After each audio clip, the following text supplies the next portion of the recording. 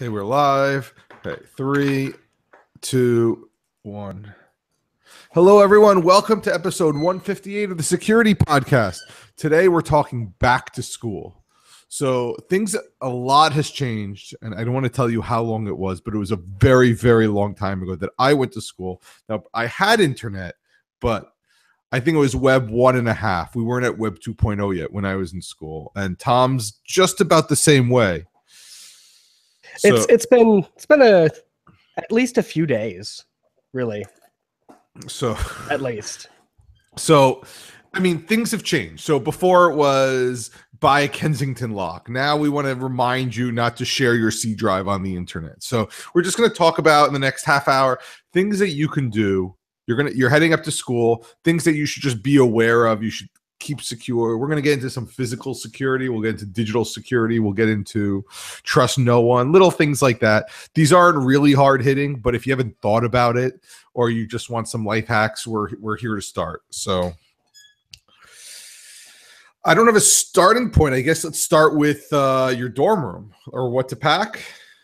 Yeah. So the thing that I usually get questioned about most, and I know this isn't directly security related, but it's, what kind of laptop should I buy? What kind of laptop should I buy my kid? They're heading off to college for the first time.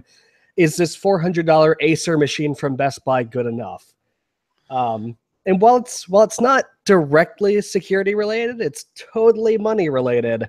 Do not buy a $400 Acer laptop from Best Buy or a $400 laptop from anywhere. Unless it's a Chromebook. There you go. Unless it's a Chromebook. Because what's going to happen is that thing is going to fall apart within 6 months to a year. I have seen this happen literally more times than I can count. I did used to work at a help desk at my university. So the $400 laptop, you will replace that at least yearly. It will fall apart. It will die. It will not have a good warranty. It doesn't have good build quality to begin with. And you're going to be paying $1,600 over the course of 4 years to rebuy that same laptop every single year. I usually tell people $1,000 is a good base floor. So I bought a $1,200 laptop for college way back in the day, which is insane. It's, you've got the giant cost of college and you're dropping at least $1,000 on a laptop. How could you even fathom this? How could you even tell people to do this, Tom? Well, that laptop is actually sitting right over there. And it is currently one of my home servers. It's sitting there, it's ticking, it works perfectly. I've never had to do anything except bump up the amount of RAM. And that lasted me through college and far, far beyond.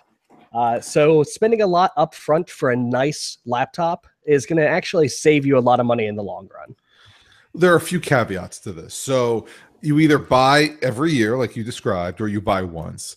And if you know what you're doing and you can clone or ghost your system and be ready, buying yearly may not be the worst idea, but you better have a very good backup strategy and know how to recover quickly. Because the other problem with the $400 laptop is the battery's probably bad. The RAM is not good enough. So you're never going to be happy with what you bought. Whereas being in the $1,000 range, you'll have 2.5 years, 30 months before you have to start saying, this is starting to get a little slow, but it'll get you through those 4 years. Yeah. So, by the time you get to like year 3, you're probably going to have to, maybe you'll have to replace the hard drive. That happens. So, backups is a good thing to have. Adding more RAM is usually pretty cheap and definitely will increase the lifespan of the machine very easily. I was going to say, well, I apparently Windows 10 works fine under 8 gigs of RAM. That was unheard of in Windows 7 and Vista. So I guess I would make sure your computer has at least a solid state drive, not a hybrid drive, not anything other than an SSD. And let's start with 8 gigs of RAM. You can always upgrade later and see how long that lasts you. You know what? It may last you 3 years. And then by that point, prices will drop more or anything like that. If you start up with the 16 gigs of RAM, you're going to be paying a lot more. And I don't think you'll need it right away. You might as well amortize that cost over a few years. So I'm going to ask you this very very loaded question. As long as we're talking about buying laptops, um, there's a certain company that sells very very shiny machines that is very very embedded in the education space that will tell you you absolutely 100% have to buy a Mac or you will flunk out of school guaranteed. Do people need a Mac or a MacBook or a MacBook Pro or a Mac Mini or a Mac whatever they're creating next to go to No, college? absolutely not. I think we've said this last year, and we said it, and you said it 5 minutes ago. What I tell my students is, you know what? Buy yourself not the cheapest Chromebook that you can buy, an Intel chip with 4 gigs of RAM, and see how far you get. Now, if you're doing something technical where you need some sort of program, Photoshop or whatever, that's not for you. But for the majority of people, if you like to work in the lab, and okay, that's one thing. If you want to do other stuff, see how far you get with a Chromebook. $300-400 on a Chromebook. I think you can probably do 90% of it. And that last 10%, you're going to have to go to the lab to print out your report or anything like that. And no, go ahead. I completely agree with this.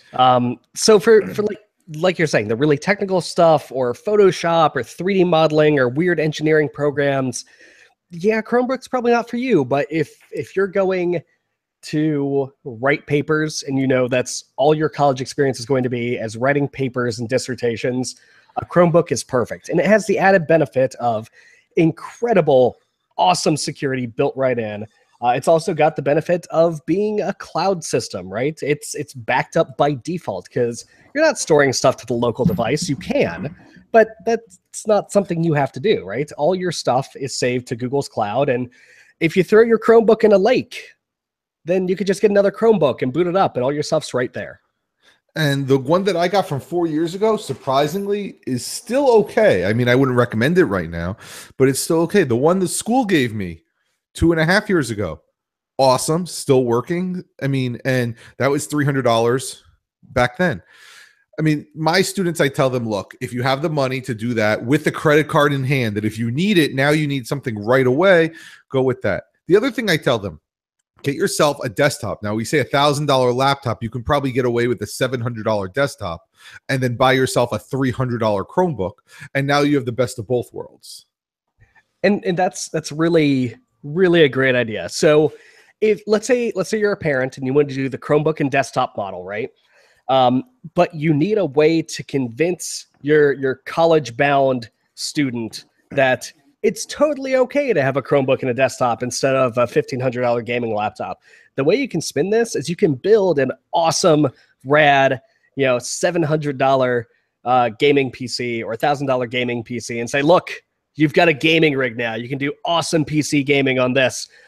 And here's your Chromebook that is probably going to get dropped on the floor and shattered in a couple years.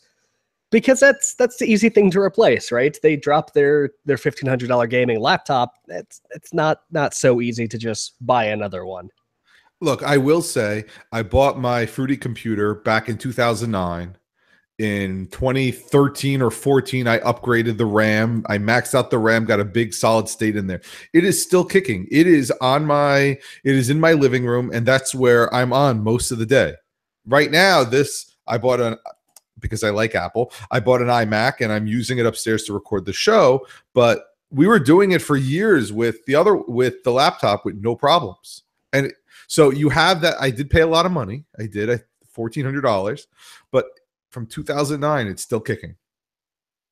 Yeah, which is a great deal. You could also, if you're going to be super technical, now this comes with its own challenges. I know, I did this in college. You can run Linux on whatever machine you build. Now, that's going to come with a whole lot of challenges. There's a whole lot more things to worry about. Speaking as from the perspective of someone who installs Linux on everything, support it or not, just for the challenge, do not send your non-super nerd student off to college with a Linux laptop unless you are fully prepared to do all of the tech support. So it will not end well. So again, we're telling you, if you're going to buy a laptop, be in the $1,000 range. More specifically, a solid state drive, 8 gigs of RAM at the bare minimum, and go from there. Same thing with the desktop. I would make sure it also has a solid state drive and it has 8 to 6. If you can go 16 gigs of RAM, that's even better. But be happy. And if you're going to do a desktop, huge monitor, go as big as you can, 28-inch, whatever it is, because then your student's going to use that as a TV as well. So yeah, if you can find a nice monitor with HDMI, they can go buy a Roku later or hook up a Blu-ray player or just use it as a standard TV, and they actually work really well that way. You'll probably have to get some external speakers to hook up to it because monitor speakers are kind of poor quality. But so you've got machines now, right? We should probably talk about backup. Now with Chromebooks, you don't have to worry. Just make sure you're signed into your Google account and throw it in a lake every now and again. Go buy a new one. It's really all you have to worry about. You do get 100 gigs free. I mean, generally, when you buy a Chromebook, the brand new Chromebooks come with some amount of decent size, 100 gigabytes. I don't think they give a terabyte anymore. They used to. But you get 100 gigs free just for buying the Chromebook. That's about for 2 years. So there's $40 right there that you can deduct. Yeah, that's a pretty good deal. And the drive interface is pretty easy to work with. It's not complex. You can do some cool things with it, but you don't have to. So get a backup service. We're still on the fence with CrashPlan or Backblaze or Carbonite, but basically, if your kids are writing papers or you're writing papers, find the folder, make it your Dropbox Google Drive folder, and save everything literally to that. Any paper you write, save it there. Anything that you need and all the slides, save it there, because if you are on a Chromebook, it will get saved to Google Drive. If you're on your desktop or a different laptop and that gets hosed, you're stuck. Send it to the cloud right away. If you're still unsure about what to do and you need full restore or whatever it is, then you need to spend some money on a real backup solution like Carbonite or Backblaze or whatever else. That's probably the biggest, most important piece of advice is backup. You know, when I was in college and when I was working at the help desk, ransomware wasn't really a thing, right? It was theorized. It's been theorized for as long as I can remember, but it wasn't a big concern. It wasn't really in vogue until Bitcoin made it easy for ransomware creators to get paid. I can't even tell you the amount of time someone has come up to me and said, oh no, you have to help me. I've lost my term paper. It was like 20 pages. This is my dissertation. This is my thesis, all of this stuff, or this is due in 2 hours and my computer just crashed. What do I do? And I said, oh, did you have this in Dropbox? Did you put it on Google Drive? Did you put it in your university provided home directory? Did you email it to yourself? And of course, most of the time, the answer to those questions was no, it was sitting on the desktop. So this is going to take some user training. If you're going to use something like Dropbox, it's got one folder to manage everything, right? You've got to say, hey, literally everything, put it in Dropbox. You'll probably have to pay to get that space expanded. They're pretty generous with the free version, but if you tell them to put everything there, they will put. So, make sure you're paying for either expanded Dropbox space or a good backup program that watches everything. Backup. It will save so much headache and heartache. It is not even funny. Sometimes I was able to grab these files off of a crashed system and I saved the day. But most of the time, that work was lost forever. I have written so many emails to so many professors saying, hey, look, this hard drive is dead. There's literally nothing I can do aside from sending it off to a recovery specialist for thousands of dollars.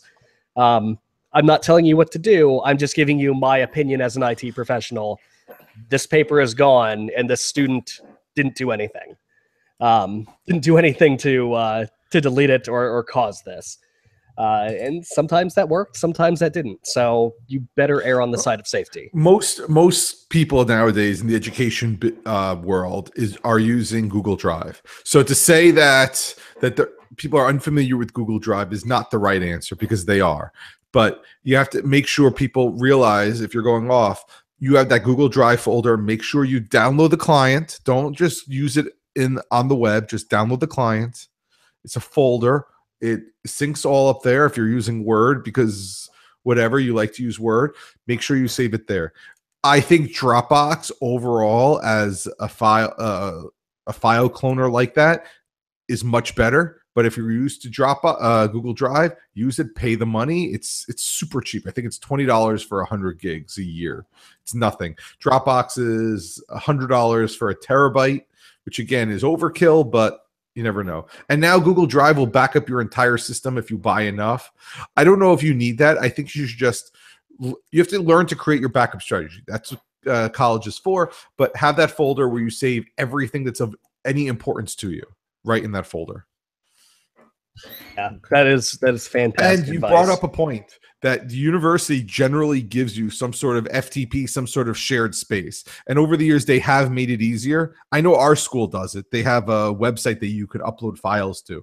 Use it if they give it to you. So when the paper does die and you're working in there, you at least have some insurance that the IT at school can help you. Yeah, it makes things so much easier. I've actually, I had dealt with students that said, hey, there was this file in my directory and I accidentally deleted it. So do you guys have backups? And sure enough, we took daily snapshots of everyone's home directory. So I was able to call up the admin of our storage service and say, hey, can you restore this guy's home directory from yesterday? And he's like, oh yeah. Oh, wow, they deleted everything. I was like, yeah, it happens. He restored it and they lost a day of work, right? It wasn't the most perfect happy ending, but they weren't destitute. They weren't completely without their data. So they were very, very happy that we were able to do that. And that's not a guarantee, right? We took backups. There's no guarantee that the school you're going to will take backups of home directories. They should. I would go as far as to say they probably are, but it's not a guarantee. We can actually really quickly, and this wasn't the case back when I was going to college, we can really quickly knock out antivirus. If you've got a Chromebook, you don't need it. If you've got a Mac, Apple's got stuff built in to do some rudimentary scanning. If you've got Windows 10, it's built in. Don't pay for another antivirus program. Don't download like free spyware blockers or whatnot. The Malwarebytes free is good for point-in-time scanning if you really want it, but honestly, Windows Defender does 99% of what you need. It's there. It's automatic. It gets updates all the time. So just stick with the default. So don't buy antivirus. However, at least Rutgers, if you use their network, requires you to check the box that you've used their antivirus. So what they're going to do is they're going to force you to install whatever it is. I don't know what it is. I think it was McAfee at the time. This is forever ago. But whatever it is, you have to download it. And I think as soon as you download it, it does one scan, and then from there you can uninstall it. I'm not telling you to uninstall it, but I think Tom is. I will tell you to uninstall McAfee. Whatever it is, you don't need absolutely uninstall it. Look, Rutgers is doing it, and the colleges are doing it to protect the people who don't know what they're doing. But if you're listening to this show, you clearly know what you're doing. VirusScan's not going to help at this point. And the schools need to have a crypto ransomware assurance in place, because the VirusScan is not going to help them. So download it, do whatever you need to do to check the box, whether it means to run it once or run it, whatever. If they need it, you may have to do this every year, but then just uninstall it as soon as you don't need it anymore. Yeah. So one thing to keep in mind is university systems, and especially university email accounts used by students, are under constant fire from people who want to send spam. They'll compromise a bunch of weak passwords and then use their student accounts to send out spam. And it's really, speaking from the IT side, it's really annoying when that stuff happens, because there's a lot of cleanup involved. It's just annoying. So good password health is kind of a must-have at this point. If you want to get on university IT's good side by not having incidents. So something like LastPass is really, really easy to use. I personally use KeePass. I like KeePass, but the user interface leaves a whole lot to be desired. LastPass is easy. It is free for the basic version, which gives your student just about everything they would need. Even mobile access is included in the free version today. Teach them that, every site should have a unique password. So just let LastPass generate them, right? You don't have to remember. You don't have to worry about it. The only thing you need is a really good LastPass password. But like they say, that's the last password you will ever need to remember. I mean, I'll throw it out there for the other one, 1Password. Dashling's really expensive, but find something to manage your passwords. Now, talking about unique passwords, I also want to bring up compartmentalizing your college life with your regular life. So some schools actually may give you Google Drive space for all your files. That may be the IT's files. Don't put your personal files in there. Create your own Gmail account. Same thing when your professors say email them. They want you to email from your school's email address.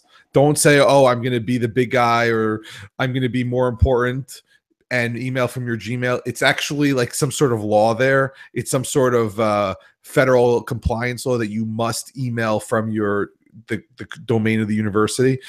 And with that said, don't use that for everything, because what happens when you start applying to jobs and you graduate, that email goes away. So you want to make sure you have a personal email, whether that be Gmail or Hotmail or wherever else, and then your school email, and keep them separate. Yeah. So I constantly, well, I won't go as far as to say constantly. I occasionally had to deal with people that would call me and say, hey, I was a student there, 5 years ago, whatever. And my Facebook account is tied to my email address, which is really common, or this site or my bank or whatever was tied to this email address. And I really need to get in there.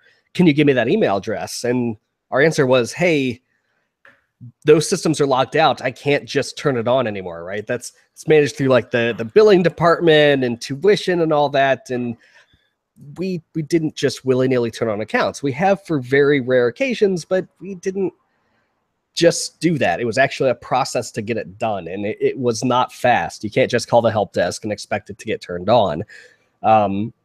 So when you're signing up for stuff like Facebook or random forums or anything else that you're going to want to come back to, your school email address is probably not the place to do that. That said, we should probably throw out there your work email address is also not the place to do it. I got calls on my personal line from companies that I've worked for saying, hey, my iPhone is tied to my old company email. Can you turn that on? No, we really can't. We really can't. You left the company, you moved on, and we cannot give you access to our systems, even though your iCloud account is tied to it. I'm sorry. And when it comes to security and privacy, remember, the school has access to everything you do on their domain, which may tie into the next thing.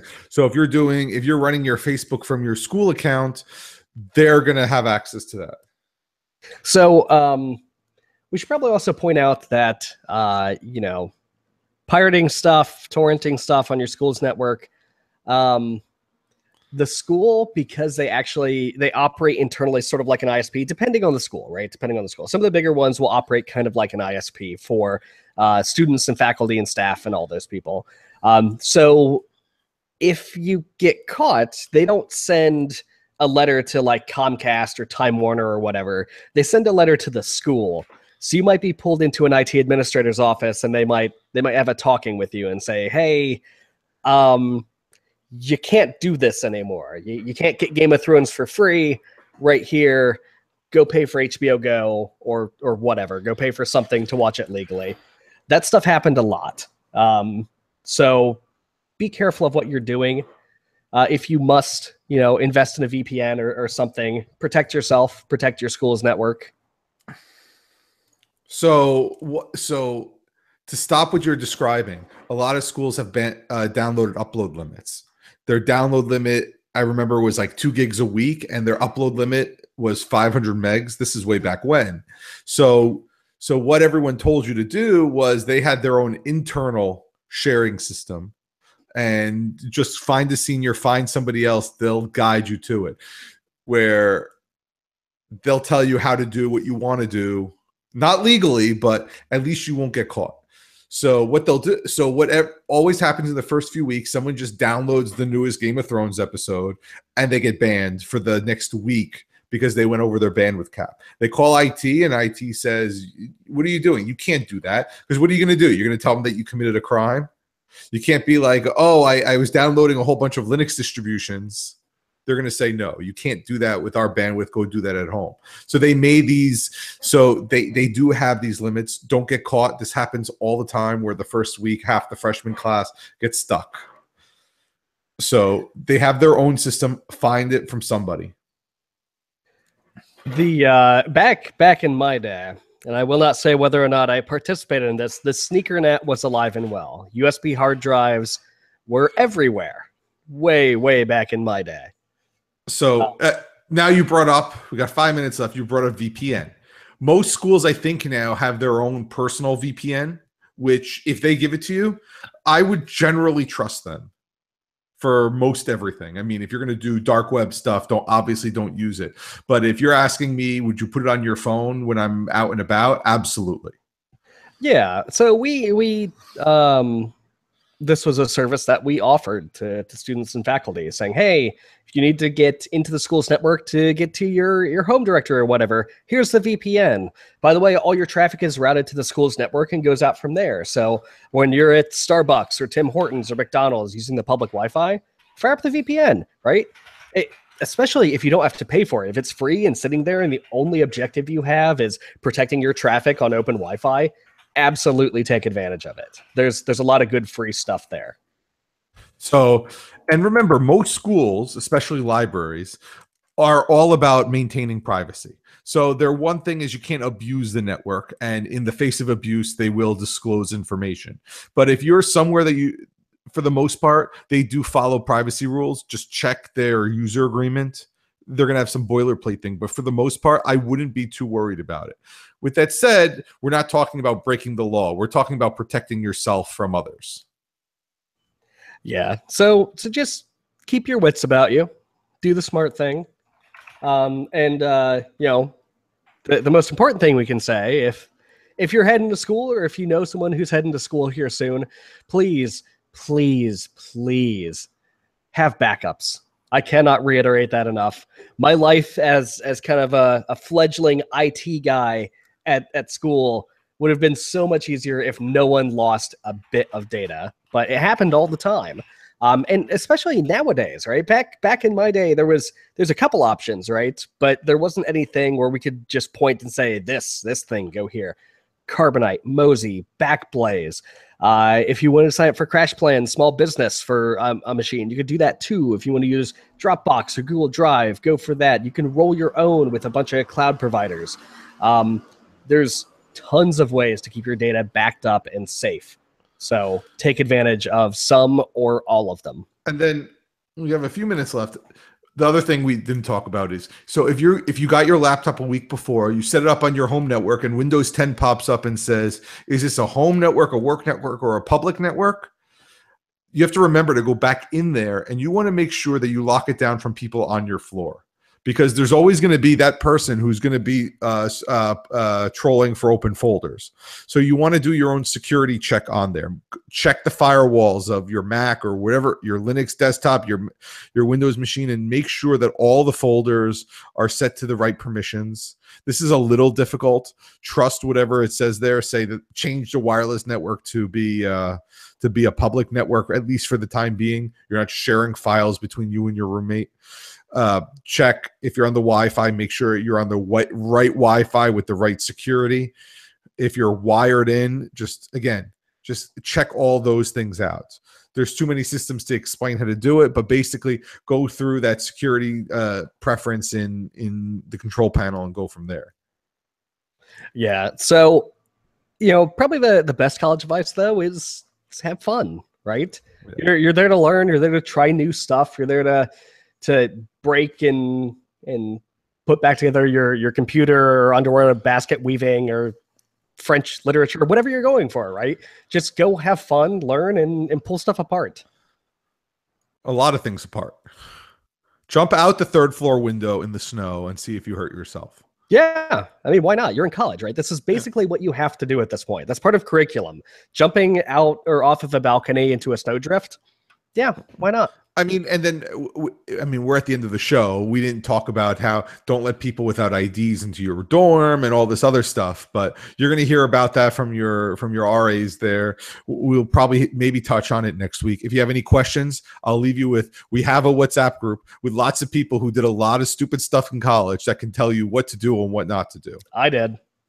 I did everything. I did all of the stupid things in college. So if you want to know what to do in college, that's a really bad idea. I can tell you about that in our WhatsApp group. Absolutely. I mean, we all can. So anyway, with that, it's 30 minutes. We'll let you go. You have questions, WhatsApp group. You can tweet us, comment, do whatever you need to do. Anyway, we'll talk to everyone later. Bye. See everyone.